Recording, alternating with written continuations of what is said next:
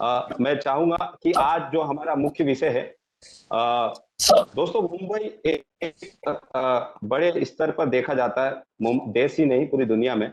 और इस विषय पर हमने एक गोष्ठी रखी है। एक खास मुंबईकर हमारे साथ मौजूद है, जो कर्मठ कार्य करता है, साथ में कैबिनेट मिनिस्टर रह चुके हैं, एक बीजेपी के सीनियर लीडर है, नेता है, सुरेश प्रभु साहब। मैं भी कितनी बार उनसे इंटरव्यू ले चुका, मुखातिब हो चुका हूँ।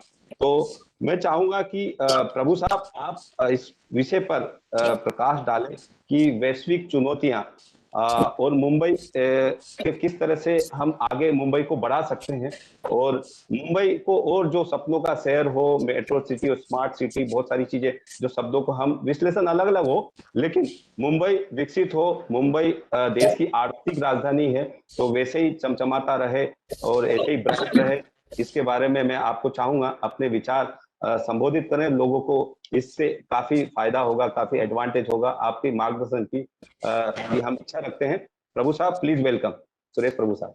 तो सुनील जी, मैं आपको बहुत बहुत धन्यवाद देता हूं कि इतनी अच्छी हिंदी में आपने आपकी बात रखी। मैं इतनी अच्छी तरह से हिंदी नहीं बात कर पाऊंगा, लेकिन कोशिश जरूर करूंगा, क्योंकि मेरी जन्म भी मुंबई में हुआ, परवरिश भी मुंबई में हुई, और मेरी पूरी जिंदगी मुंबई शहर के साथ ही जुड़ी हुई है। वैसे फिलहाल अभी मैं दिल्ली में हूँ कुछ समय से, क्योंकि प्रधानमंत्री जी ने एक जिम्मेदारी दी है कि G7 और G20 जो अभी चल रहा है, इसके लिए मैंने शैलेश जी को विनती की थी। कुछ समय के बाद मुझे जाना पड़ेगा, क्योंकि कल रात तक वो बात चली थी। प्रधानमंत्री जी ने अपने विचार देश के सभी नेताओं के सामने रखे, विश्व के लोगों ने उनको सुना, और उसकी काफी तारीफ भी की गई। तो आज 2 बार प्रधानमंत्री जी उसको संबोधित भी करेंगे, उसमें साथ में जाना है। वो वैसे तो उनको बुलाया गया था यूके में, लेकिन कोविड की वजह से उन्होंने चाहा कि मैं एक नेता बन के इसका चुनौती का सामना करूं। इसके लिए मैं मुंबई में, दिल्ली में रहते ही, भारत में रहते ही मैं उसका सामना करूंगा। इसके लिए वहां नहीं गए थे, लेकिन वर्चुअल कार्यक्रम है। लेकिन आपको मैं बहुत बहुत धन्यवाद देता हूं। शैलेश जी मेरे बहुत पुराने मित्र है, और मेरे वैसे देखा जाए तो चार्टर अकाउंटेंट हम दोनों हैं। वो अच्छे चार्टर अकाउंटेंट है, मैं इतना अच्छा चार्टर अकाउंटेंट नहीं हूँ, लेकिन चार्टर अकाउंटेंट भी है और मेरे जैसे, लेकिन मेरे जैसे नहीं है, क्योंकि मैंने जैसे कहा कि बहुत अच्छे चार्टर अकाउंटेंट है। और मेरे सभी, मैं नाम नहीं लेता हूँ, क्योंकि सभी इस कार्यक्रम में जो मौजूद है उनको मैं बहुत बहुत धन्यवाद देना चाहता हूँ। और खास करके भारतीय जनता पार्टी की प्रोफेशनल सेल मुंबई शहर की, उनको भी मैं बहुत बहुत धन्यवाद देता हूँ। क्योंकि वैसे देखा जाए तो हम सभी लोगों का एक ही लक्ष्य है, देश किस तरह से बढ़े, और देश अच्छी तरह से बढ़ना है, बनना है। उसके लिए देश के जो अंग है, जो शहर है, सूबे है, राज्य है, सबको भी अच्छा बनना पड़ेगा। हमारा शरीर अच्छा नहीं होगा जब तक हाथ ठीक नहीं होगा, पाँव ठीक नहीं होगा, आँख ठीक नहीं होगी, कान ठीक नहीं होगे, तो शरीर कैसे ठीक होगा? और ये सभी मिलके तो शरीर बनता है। उसी तरह से सभी सूबे, सभी शहर बनते ही तो देश बनता है। इसलिए जब हम देश की चिंता करते हैं, तो ये आवश्यक है कि देश के जो अलग अलग अंगों की भी चिंता उसी तरह से करनी चाहिए, जिस तरह से आप लोग कर रहे हैं। और करने के समय भी एक तो भावना से काम हो सकता है, काम किस तरह से हो, देश किस तरह से बढ़े, बहुत इमोशनली हम उससे बात कर सकते हैं। लेकिन साथ में इमोशन को जब तक हम प्रोफेशनल एटीट्यूड के साथ नहीं जोड़ेंगे, तो काम नहीं चलेगा। क्योंकि मैं चाहता हूँ देश अच्छा बनना चाहिए, ये तो अच्छी बात है, लेकिन किस तरह से बनेगा? मुझे पास कार होनी चाहिए, कार बनाना मैं चाहता हूँ, कार बनाने की बहुत अच्छी बात है, कार बनाइए, लेकिन कार बनाने के लिए तकनीकी ज्ञान होना आवश्यक है। किस तरह से बने, उसका मैकेनिकल किस तरह से चले, उसके बारे में हमें जानकारी की जरूरत है। इसलिए professional attitude for developing country is very important. तो ये आप काम कर रहे हैं, शैलेश जी उसके अध्यक्ष है, उसकी वो मुखिया है, और इस तरह से काम करें कि प्रोफेशनल एटीट्यूड से मुंबई शहर ठीक तरह से कैसे बने। इसलिए प्रोफेशनल सेल और उसके साथ जुड़े हुए सभी सदस्यों को भी मैं धन्यवाद देना चाहता हूं। क्योंकि कोई चार्टर अकाउंटेंट, कोई डॉक्टर है, कोई वकील है, सब अभिवक्ता है, सभी मिलकर काम करेंगे तो ही देश अच्छा तरीका मुंबई शहर बनेगा। तो आज का जो विषय है, शैलेश जी आपको मैं धन्यवाद देना चाहता हूँ, अच्छा विषय चुना है आपने, कि मुंबई शहर एक वैश्विक शहरों में गिना जाता है। वर्ल्ड के न्यूयॉर्क हो, लंदन हो, टोक्यो हो, तो उसमें भी मुंबई शहर जरूर उसकी गिनती की जाती है। यानी हमारा वैश्विक शहर तो है ही है। आज भी लोग जब कहेंगे मैं भारत में जाना चाहता हूं, तो बहुत सारे लोग कहेंगे मैं पहले मुंबई जाना चाहता हूं। विश्व के भी बड़े बड़े नेता जब आते हैं तो मुंबई में जरूर आते हैं। दिल्ली तो हमारी राजधानी है, लेकिन मुंबई में जरूर आते हैं। जैसे कि शर्मा जी, आपने सही बात कही, एक आर्थिक राजधानी भी है, इसलिए मुंबई में आना जरूर चाहते हैं। तो एक तरफ मुंबई की पहचान एक वैश्विक शहर के नाते है ही है, लेकिन ये भी आज हम जानने की कोशिश करेंगे, उससे बारे में कुछ बातचीत करेंगे। और सिर्फ आज ही नहीं, शायद मौका मिलेगा तो और कई बार बात करेंगे। आज मुझे थोड़ा जल्दी जाना है। ऐसी कौन सी वैश्विक चुनौतियां हैं जो वैश्विक स्तर पे उससे बातचीत होती है? आज भी प्रधानमंत्री जी उसके बारे में बताएंगे विश्व को। और विश्व के जो नेता है, वो अमेरिका के राष्ट्रपति है, हमारे यूके, फ्रांस फ्रांस के भी राष्ट्रपति है, सभी मिलकर आज बातचीत चल रही है। विश्व के सब G7, यानी 7 बड़े देश के नेता, और साथ ही में भारत, साउथ अफ्रीका, कोरिया और ऑस्ट्रेलिया जैसे लोगों को आमंत्रित किया गया। ये सब बातचीत चल रही है, लेकिन ऐसे कौन से विषय है जो विश्व स्तर पर बातचीत होती है, जिसका बुरा या अच्छा असर हमारे शहर पे भी होगा? तो पहली बात करते हैं, कुछ समय पहले, कुछ दिन पहले मुंबई शहर को एक तूफान का सामना करना पड़ा। और ये पहली बात नहीं है, 2-3 सालों से सिलसिला चल रहा है। मुंबई ऐसा एक शहर है, दोनों तरफ से समुंदर से घिरा हुआ है। It's an island. वैसे तो 6-7 आइलैंड थे, आज एक बन गया। लेकिन दोनों तरफ से समुंदर का सहारा मिलता है, समुंदर का आनंद भी हम लेते हैं। लेकिन एक विश्व की एक बहुत बड़ी चिंता चल रही है, क्लाइमेट चेंज। क्लाइमेट चेंज का एक अलग अलग हो गया। आज उसके सभी विषयों को मैं नहीं जाऊंगा, उसमें मैं पीएचडी कर रहा हूँ, लेकिन उसके ऊपर बोलते जाऊंगा तो आप कहेंगे कि आप प्रोफेसर है, कि आप सांसद है, राजनीति से जुड़े हुए हैं, क्या क्या बात करें। इसके मैं उससे ऊपर नहीं जाऊंगा, एक सीमित स्तर पे उससे बातचीत करूंगा। क्लाइमेट चेंज का एक 100% इफेक्ट आने वाला है कि सी लेवल राइज होगी। समुंदर की जो आज जो लेवल है वो बहुत बढ़ेगी। उसकी वजह है कि पूरे विश्व के समुद्र वैसे तो एक दूसरे से जुड़े हुए होते हैं, और वहां पे जो अंटार्कटिका हो और जगह से जहां पे हमारे बड़े बड़े स्नो के आइस के जो स्टोरेज है, उसमें ग्लेशियर्स गिरने की वजह से, ग्लेशियर्स मेल्ट होने की वजह से वो कहाँ जाएंगे? समुद्र में जाएंगे। तो समुद्र की जो एक लेवल बढ़ेगी, तो ऐसी एक चिंता है। बहुत सारे समुद्र के किनारे रहने वाले जो शहर है, छोटे गांव है, छोटे आइलैंड्स भी है, जैसे लक्षद्वीप है, इस तरह के आइलैंड शायद पूरी तरह से उसका बुरा असर उनके ऊपर होगा। और ये बढ़ रहे हैं, कुछ समय के बाद धीरे धीरे और भी बढ़ेंगे। तो एक बहुत बड़ा चिंता का विषय, दोनों तरफ से समुद्र है, तो बहुत सारे विश्व के सभी शहरों के ऊपर उसका असर होगा। लेकिन हमारे मुंबई, जिसको हम इतने प्यार से मुंबई कहते हैं, क्योंकि मैं तो मुंबई, जैसे मैंने कहा शुरू में ही, कि मैं मुंबई से मेरा तो जुड़ा अलग है, क्योंकि मेरा जन्म ही वहां हुआ है, परवरिश भी हुई है। और साथ ही में मुंबई के बहुत सारे संस्था के साथ में, जो हमारी देश की सबसे बड़ी सहकारी बैंक है, उसका मैं सबसे युवा चेयरमैन था 31 साल की उम्र में, और सबसे लंबे समय पे चेयरमैन भी रहा। लेकिन मैं 150 अलग अलग संस्था के साथ में मुंबई में मेरा जुड़ाव रहा है, तो इसके लिए मैं बहुत मुंबई के जायद गली गली में मैंने मेरा प्रवास भी किया। तो अलग अलग जगह पर पानी यदि हमारे शहर में आता है सी लेवल बढ़ने की वजह से, तो हमारी हालत क्या होगी? तो एक बहुत बड़ा चिंता का विषय।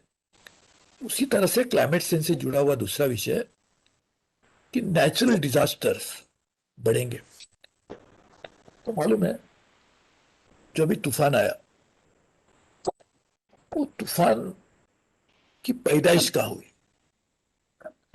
आके तो हमारे पूरे वेस्ट कोस्ट के ऊपर उसका असर हुआ, और 8 दिन के बाद ईस्ट कोस्ट पे भी हुआ। ईस्ट कोस्ट पे जो हुआ वो दूसरे समंदर से आया, लेकिन समंदर एक ही है। तो जो नेचुरल डिजास्टर्स बढ़ेंगे उसका बहुत बड़ा बुरा असर हमारे मुंबई शहर में भी होगा। और नेचुरल डिजास्टर क्या हो सकते हैं? एक तो तूफान आया ही आया, बहुत बड़ी बारिश, जो कुछ समय में बहुत बारिश होगी। एक मानसून का पैटर्न था। जब मैं स्कूल में जाते थे तो 7 जून को बारिश आती थी, और उसी समय हमारा स्कूल भी शुरू होता था। तो हम खुश रहते थे कि बारिश आएगी तो हम भीग जाएंगे, तो हमको स्कूल में जाने के बाद छुट्टी दी जाएगी। लेकिन आज वो सिलसिला नहीं रहा। आज बारिश आती भी है तो बहुत बड़े पैमाने पे आती है, और कुछ समय ऐसा पानी नहीं बरसता है। तो यह भी अनुमान विश्व के सभी साइंटिस्ट ने काफी समय से किया हुआ है कि क्लाइमेट चेंज का असर, नेचुरल डिजास्टर बढ़ेंगे और साथ ही में रेनफॉल पैटर्न में भी बदलाव आएंगे। अभी लोगों का कहना है कि थार जो डेजर्ट है उसमें भी बारिश होने वाली है, तो डेजर्ट बदल जाएगा। तो क्लाइमेट चेंज का असर पूरे विश्व में होगा, तो स्वाभाविक है कि हमारे देश के ऊपर भी होगा। लेकिन मुंबई शहर में इसका असर बहुत बुरी तरह से होगा, और उसके लिए मुंबई शहर को हमें क्लाइमेट प्रूफ करना पड़ेगा। मुंबई शहर का पूरा इंफ्रास्ट्रक्चर क्लाइमेट प्रूफ करने की जरूरत है। उसका एक रिस्क असेसमेंट करने की आवश्यकता है। मुंबई रहने वाले लोगों की जिंदगी किस तरह से बच जाएगी, उसके लिए काम करने की जरूरत है।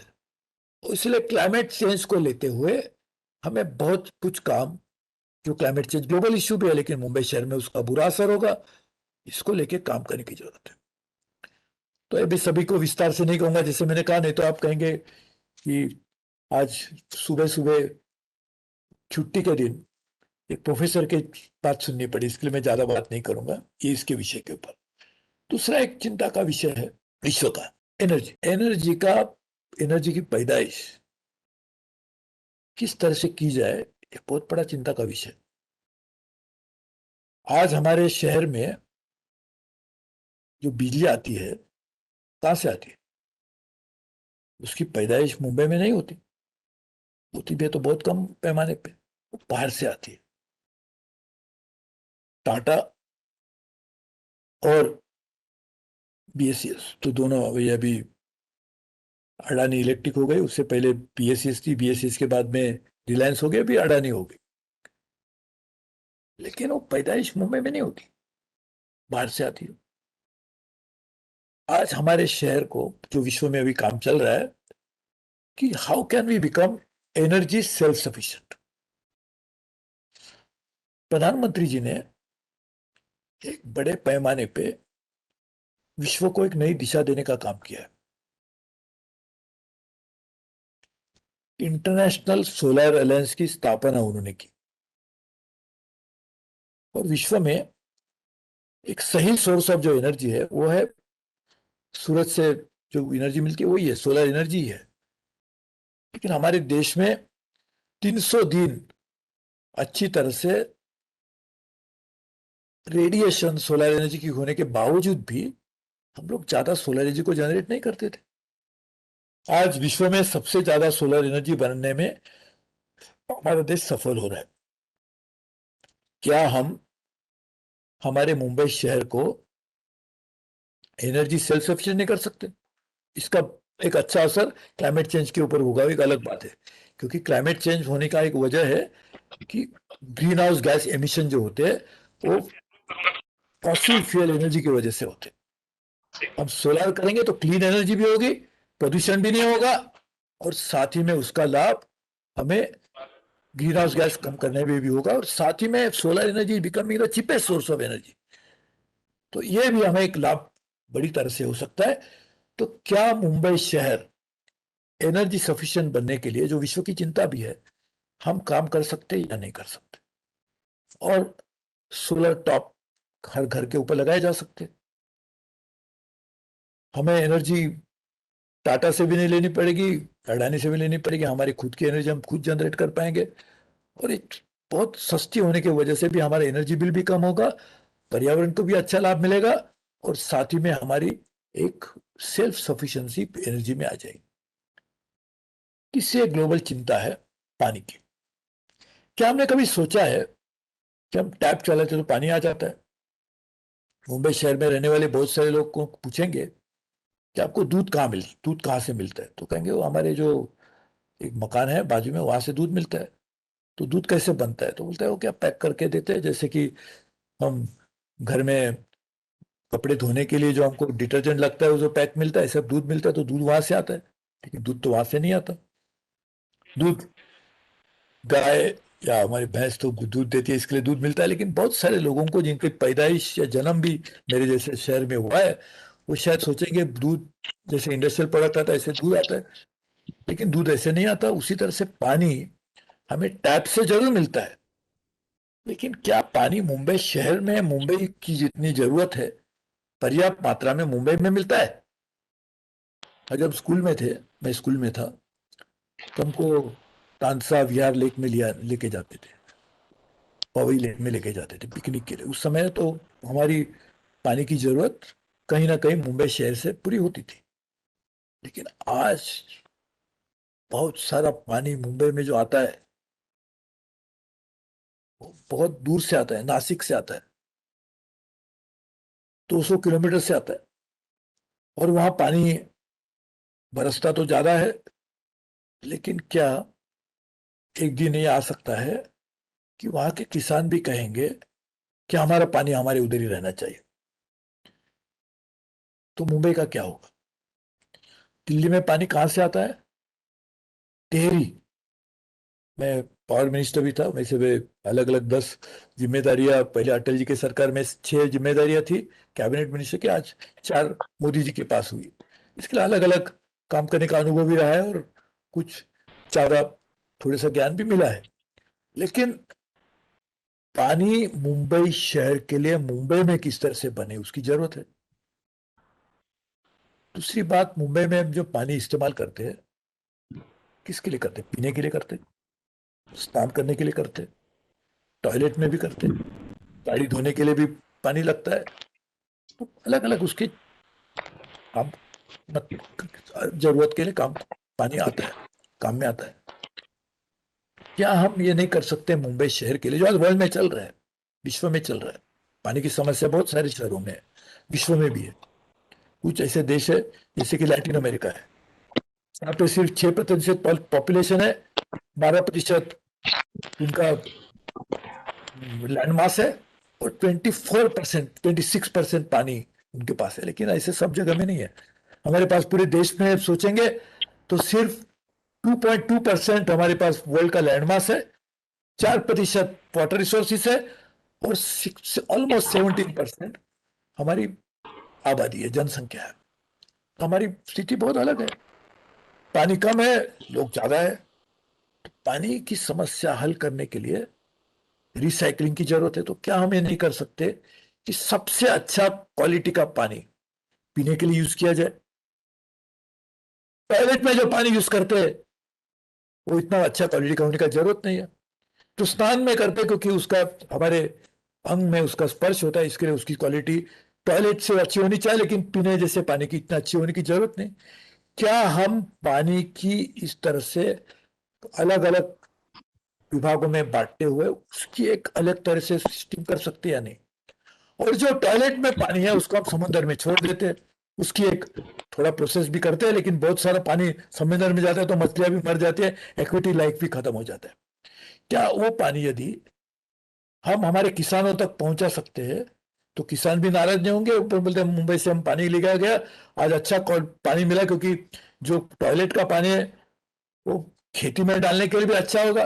क्या हम पानी की समस्या हल करने के लिए, पानी का डिस्ट्रीब्यूशन का, पानी की लाने के लिए एक अलग व्यवस्था बना सकते हैं या नहीं? ये विश्व की समस्या है, मुंबई के लिए भी अच्छा रहेगा।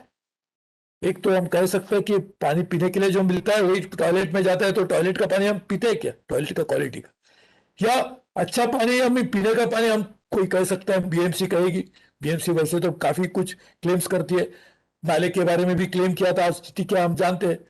वो कहेंगे नहीं नहीं हम तो बहुत अच्छा पानी आपको देते हैं, तो उसका मतलब ये होगा जो हम पीने के लिए अच्छा क्वालिटी का पानी देते वही टॉयलेट के लिए यूज करते हैं, तो वो भी वेस्ट हुआ। तो क्या हम ये अच्छी तरह से काम कर सकते हैं नहीं, इसके बारे में भी हम सोचना चाहिए। आज विश्व की और एक चिंता है ट्रांसपोर्टेशन, हमारे देश सिटी का इंटरनल ट्रांसपोर्टेशन। देवेंद्र फडणवीस जी को मैं धन्यवाद देना चाहूंगा कि एक अच्छी मात्रा में उन्होंने मेट्रो का एक जाल फैलाने की कोशिश की। मैं जब रेल मिनिस्टर था तो मैंने एलिवेटेड हाईवे की बात की थी, चर्चगेट टू विरार और VT to Panvel elevated highway, यानी जब जगह की जरूरत नहीं होगी, आज जो ट्रैक है उसके ऊपर ही चलेगी, तो बड़ी फास्ट चलेगी। और साथ ही में उसका लाभ यह होगा कि पनवेल में आज जाने के लिए बहुत समय लगता है, लेकिन यदि आप एक एलिवेटेड ट्रैक बनाएंगे तो बहुत जल्दी लोग पहुंच जाएंगे। तो आज मुंबई में जो लोगों की रहने की जो समस्या है, बहुत कीमती घर मिलते हैं, और आज 2/3 से ज्यादा लोग हमारे शहर के झुग्गी झोपड़ियों में रहते हैं। तो यदि हम इस पनवेल जैसे दूर रहने वाले लोगों को भी मुंबई आने के लिए, मुंबई आना पड़ता है इसके लिए, वो शहर में रहते हैं, झुग्गी झोपड़ियों में भी रहते हैं, क्योंकि आज अच्छा घर लेने की उनकी आर्थिक स्थिति नहीं है। लेकिन यदि वहां के रहने वाले लोगों को भी अच्छा ट्रांसपोर्ट मिलेगा तो लोग यातायात करने में उनकी समस्या दूर हो जाएगी, जल्दी समय में पहुंच जाएंगे, तो अच्छे मकान में भी वहां, क्योंकि मकान की कीमत वहां बहुत कम है, वहां रह पाएंगे। तो ये ट्रांसपोर्टेशन किस तरह से बने, उसके लिए मैंने एक सुझाव भी दिया था, रेल मंत्री था तब, कि सभी जो पब्लिक ट्रांसपोर्ट है, वो बीएसटी की बस हो या हमारे पास ये मेट्रो हो या रेलवे हो, एक ही पास होना चाहिए, वन यूनिफाइड टिकट। उसका पूरा बना के नक्शा भी मैंने दिया था। साथ ही में ट्रांसपोर्टेशन में मुंबई में दोनों से पर, दोनों अंग पे मुंबई के दोनों जगह पर समुद्र होने के नाते हम वाटर ट्रांसपोर्ट के ऊपर भी बल देना चाहिए, क्लीन ट्रांसपोर्ट भी रहेगा।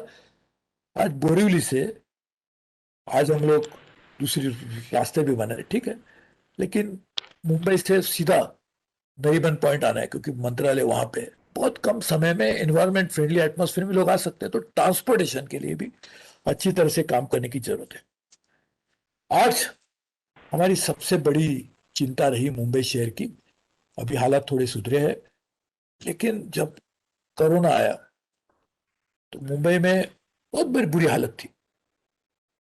इतने बड़े अस्पताल होने के बावजूद भी, देश के सबसे अच्छे अस्पताल मुंबई में है उसके बावजूद भी, और ये विश्व की चिंता भी, आज कोरोना वर्ल्ड वाइड फिनोमेना है।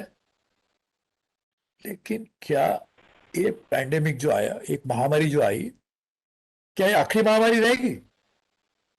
समझो दूसरी बार अगर आने वाले दिनों में महामारी आती है तो वर्ल्ड, पूरा विश्व उसके लिए चिंतित है, उसके लिए काम कर रहा है। क्या हमने मुंबई शहर को आने वाली महामारियों से लड़ने के लिए, जुड़ने के लिए, उसे काबू में लाने के लिए कोई व्यवस्था बनाई है? क्या हम लोगों ने कुछ प्रिवेंटिव मेजर्स लिए हैं जिससे लाभ कम्युनिटी के साथ काम करते हुए हम उसको कर सकते?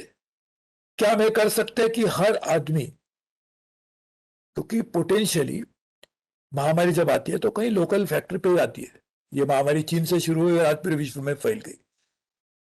उसी तरह से जब शहर में भी आएगी तो कहीं लोकल पॉकेट में आती है, मालवनी में आएगी या कुलाबा में आएगी या उधर दहीसर में आएगी, कहीं से कहीं आती है, लेकिन वो बाद में फैल जाती है।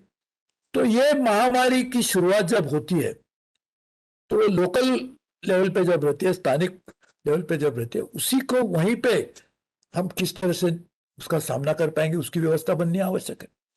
क्या हमने उसके बारे में सोचा है? और हेल्थ के लिए एक बहुत बड़ा विश्व का जो समस्या है उसको भी करने की जरूरत है। उसी तरह से हमारा जो कूड़ा कचरा है, म्युनिसिपल सॉलिड वेस्ट है, आज उसको जलाया जाता है। आज पूरे विश्व में म्युनिसिपल सॉलिड वेस्ट को लेते हुए बहुत बड़ी अलग अलग तरीके से काम चल रहा है। आज हम म्युनिसिपल सॉलिड वेस्ट जलाते हैं तो और लोगों के लंग्स में प्रॉब्लम हो जाता है। या उसको लैंड में उसको डाल देते हैं तो वो लैंड भी डिग्रेड हो जाती है।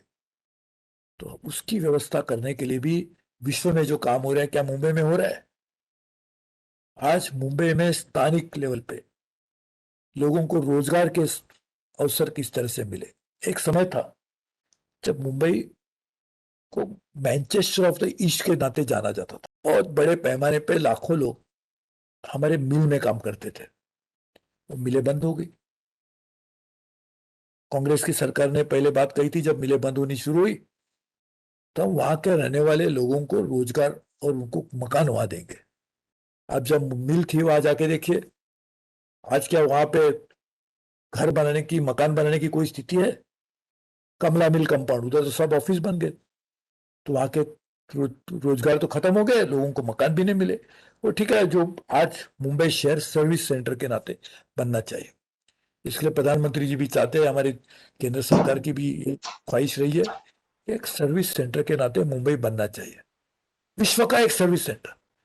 एक तरफ सिंगापुर है, टोक्यो है, लंदन है, न्यूयॉर्क है, फ्रैंकफर्ट है, जहां पे फाइनेंशियल सेंटर के नाते उनकी पहचान बन गई है। क्या मुंबई को उस तरह से नहीं बना सकते? बनाने की जरूरत है, लेकिन उसके लिए विल चाहिए, काम करने की उसमें कोशिश चाहिए। मुंबई में जिस तरह से विश्व में भी चिंता रही है, ओपन स्पेसिस नहीं है। इसके लिए आप मैं खेलने के लिए जगह नहीं है, कुछ एंटरटेनमेंट के लिए जगह नहीं है। तो ये सब बनना चाहिए। और साथ ही में मैं आपको लास्ट बोलता हूँ, क्योंकि समय नहीं है, डिजास्टर मैनेजमेंट की व्यवस्था पूरे विश्व में बनी है। क्योंकि मैंने कहा नेचुरल डिजास्टर बनेंगे, तो डिजास्टर मैनेजमेंट किस तरह से करें? मुंबई शहर अपने आप में उस तरह से बनने की जरूरत है। ये सभी चीजों करने के लिए और भी कुछ बात कह सकता था, लेकिन करने के लिए देश की चिंता जानने वाले, वैश्विक स्थिति की कल्पना होने वाले और मुंबई शहर से लगन होने वाले लोग मुंबई शहर चलाने के लिए आने चाहिए। तो एक प्रोफेशनल एटीट्यूड भी होनी चाहिए, राजनीतिक बल होना चाहिए, जो बीजेपी के सभी लोगों में हमें देखने को मिलता है। तो मैं मानता हूं कि मुंबई शहर को एक सिर्फ वैश्विक शहर नहीं, वो तो बनना ही चाहिए, आज है भी, लेकिन उससे और अच्छा बनना चाहिए। लेकिन साथ ही में वैश्विक चिंताएं जिसके कारण मुंबई शहर को खतरा हो सकता है, यहाँ के लोगों की जिंदगी सुरक्षित नहीं रहेगी, ऐसे विषयों के ऊपर, चिंताओं के ऊपर हमें काम करने की जरूरत है। और काम प्रोफेशनल एटीट्यूड से होना चाहिए, उसके लिए प्लान बनना चाहिए, और हर प्लान हर सेक्टर का इंटीग्रेटेड होना चाहिए। एक सेक्टर का प्लान तो बनना चाहिए, पानी का अलग, एनर्जी का अलग, ट्रांसपोर्टेशन का अलग, लेकिन वो इंटीग्रेट करते हुए मुंबई शहर का एक इंटीग्रेटेड प्लान जो सभी चिंताओं को दूर करेगा और आने वाली और हमारी जो उपलब्धियां उसको और अच्छी तरह से बनाएगा। वो काम होने की जरूरत है, वो काम प्रोफेशनल सेल करेगा, ऐसा मुझे विश्वास है। इसलिए शैलेश घड़िया जी, आपने मुझे जो ये सभी विषयों के ऊपर बहुत कम जानकारी रखता हूँ, आप जैसी यहाँ पर जो लोग मौजूद है उनकी एकत्रित इकट्ठा किया हुआ ज्ञान आप ये भी सोचेंगे तो मैं उसके बारे में कुछ भी नहीं जानता हूँ, लेकिन उसके बावजूद भी आपने मुझे आमंत्रित किया, विषय आपके सामने रखने का मौका दिया, इसका आपको धन्यवाद देता हूँ। और कुछ समय बाद जब भी आप चाहेंगे, वैसे तो मैं दिल्ली में रहता हूँ, लेकिन आपका हक बनता है, आप मुझे कभी भी बुलाइए, मैंने पुकारा और मैं चले आऊँ तो मैं आपको चला आऊंगा और आपके साथ काम करने के लिए मौका भी ढूंढूंगा, कोशिश भी करूंगा। और आपके साथ रहने का इसका वचन देते हुए आपको धन्यवाद देता हूँ। और काफी समय से आप जो अच्छा काम कर रहे हैं उसका आपको बधाई देता हूँ, और ये उम्मीद रखता हूँ कि इसी तरह से आप काम करते रहेंगे तो मुंबई शहर की एक बहुत बड़ा, मुंबई शहर के लिए आपका योगदान भी रहेगा, मुंबई का चेहरा भी बदलेगा, पहचान भी बदलेगी, मुंबई अच्छा शहर के बारे में पूरे विश्व में जाना भी जाएगा। बहुत बहुत धन्यवाद आपको, बहुत बहुत शुक्रिया। जय हिंद, जय महाराष्ट्र। सुरेश प्रभु साहब, बहुत बहुत धन्यवाद। Thank you very much Suresh, बहुत ही आपने बहुत ही खूबसूरत तरीके से अच्छे आइडियाज, अच्छी मुंबई कैसे बेहतर हो सकता है, बेहतर शहर हो सकता है, विश्व में गिना जाएगा, उस तरह से आपने जो नोट करवाया वो बिल्कुल ही तारीफ के काबिल है। और प्रभु साहब, आपका जो किरदार है, मैं भी एक रमेश प्रभु जी के साथ में दोनों प्रभु, दोनों सीए हैं। और दोस्तों, एक राष्ट्रीय राजनीति और देश के लिए एक कर्मठ कार्य करता है, और एक हाउसिंग सोसाइटी, तमाम मुंबई के रियल एस्टेट पे काम करने वाला। दोनों किरदार एक जबरदस्त काम कर रहे हैं। तो मैं सुरेश प्रभु के साथ सुरेश प्रभु जी के से और रमेश प्रभु जी के लिए यही लाइन कहना चाहूंगा आभार के रूप में कि इनका जो किरदार है दोस्तों, इत्र से कपड़ों का महकाना कोई बड़ी बात नहीं। इत्र सेंट, इत्र से कपड़ों का महकाना कोई बड़ी बात नहीं। मजा तो तब आए जब आपके किरदार में खुशबू आए। मजा तो तब आए जब क्या आपके किरदार में खुशबू आए। और आपका किरदार प्रभु साहब, आप जो ग्लोबल वार्मिंग के लिए, पर्यावरण के लिए पीएचडी कर रहे हैं और ये कर रहे हैं, आप तारीफ पे काबिल है, हमारे आदर्श हैं आप। धन्यवाद आपके, आप इस वेबिनार में जुड़े और एक अमूल्य समय दिया साथ में, और आप अमूल्य आपने विचार प्रकट किए। धन्यवाद आपका। भी इसके बारे में बहुत अच्छी जानकार है। सिर्फ एक ही मिनट, मेरा नाम सुरेश है, उनका नाम रमेश है, लेकिन उनसे कोई नहीं हो सकती, बहुत अच्छी तरह से काम करे, उनको भी बहुत बहुत धन्यवाद देता हूँ। आपको बहुत धन्यवाद। Thank you sir, thank you. बिल्कुल।